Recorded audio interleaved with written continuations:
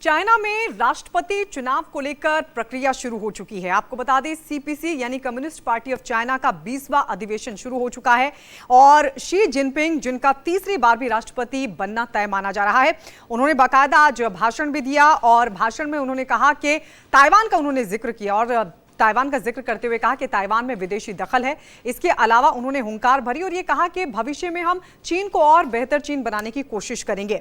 लेकिन इस सब के बीच सबके जहन में एक सवाल उठ रहा है कि चाइना में यानी चीन में कितने राजनीतिक दल हैं और किस तरीके से चुनाव होता है। तो इन सवालों का जवाब आज हम आपको देने जा रहे हैं।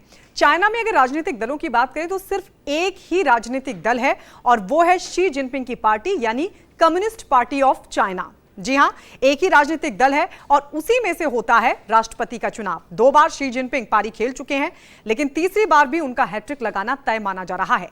और आइए अब आपको बताते हैं कि चाइना में आखिर किस तरीके से चुनाव होता है। चाइना में दरअसल जो पार्टी है कम्युनिस्ट पार्टी ऑफ चाइना, जिसकी सर्वोच्च इकाई है नेशनल कांग्रेस, दरअसल उसी की बैठक में तय होता है कि चाइना का अगला राष्ट्रपति कौन होगा। और चलिए अब आपको चुनाव की प्रक्रिया समझाते हैं। कम्युनिस्ट पार्टी ऑफ चाइना यानी सीपीसी, जी हां, सीपीसी की तरफ से ही सेंट्रल कमेटी का चुनाव किया जाता है, लेकिन उससे पहले प्रतिनिधियों की नियुक्ति होती है। यानी पार्टी पहले प्रतिनिधियों की नियुक्ति करती है और वो प्रतिनिधि नियुक्ति करते हैं सेंट्रल कमेटी की, यानी सेंट्रल कमेटी को चुनते हैं और उसी सेंट्रल कमेटी के जरिए चाइना के राष्ट्रपति का चुनाव होता है। लेकिन इसके अंदर भी प्रक्रिया है। कैसे, आइए वो आपको बताते हैं।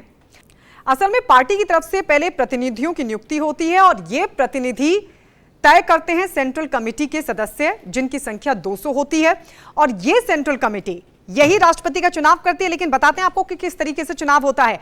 सेंट्रल कमेटी में 200 सदस्य होते हैं और वो 200 सदस्य 25 सदस्यों वाले पोलित ब्यूरो का चुनाव करते हैं और ये 25 सदस्यों वाला पोलित ब्यूरो चुनता है 7 सदस्यीय स्थायी समिति को। और ये जो 7 सदस्यीय स्थायी समिति होती है, इसी में से ही राष्ट्रपति का चुनाव होता है। असल में जो 7 सदस्य होते हैं, इन्हीं में से एक को मुखिया चुना जाता है, जिसको पार्टी का महासचिव कहा जाता है, जिसको पार्टी का जनरल सेक्रेटरी कहा जाता है और यही जनरल सेक्रेटरी होता है देश का राष्ट्रपति भी। जी हां, और यही सेना का अध्यक्ष भी होता है। तो यह प्रक्रिया है चाइना में राष्ट्रपति के चुनाव की। 20वां अधिवेशन कम्युनिस्ट पार्टी ऑफ चाइना यानी सीपीसी का शुरू हो चुका है और आज भाषण भी शी जिनपिंग की तरफ से दिया गया। उन्होंने हुंकार भी भरी और यह माना भी जा रहा है कि अगले राष्ट्रपति का नाम भी उन्हीं का तय है, यानी वही हैट्रिक लगाने वाले और तीसरी बार भी चाइना के वो राष्ट्रपति बनने वाले हैं।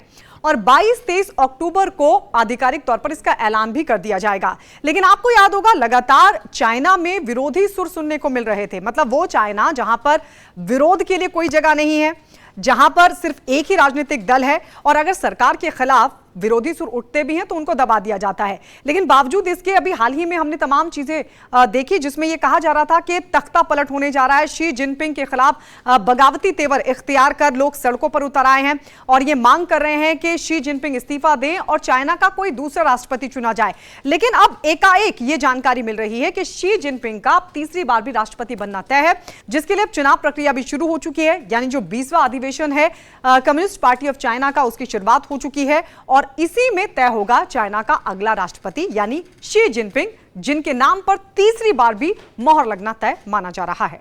इसी तरह तमाम बड़ी खबरों के विश्लेषण के लिए आप जुड़े रहिए रिपब्लिक भारत के सोशल मीडिया प्लेटफॉर्म के साथ।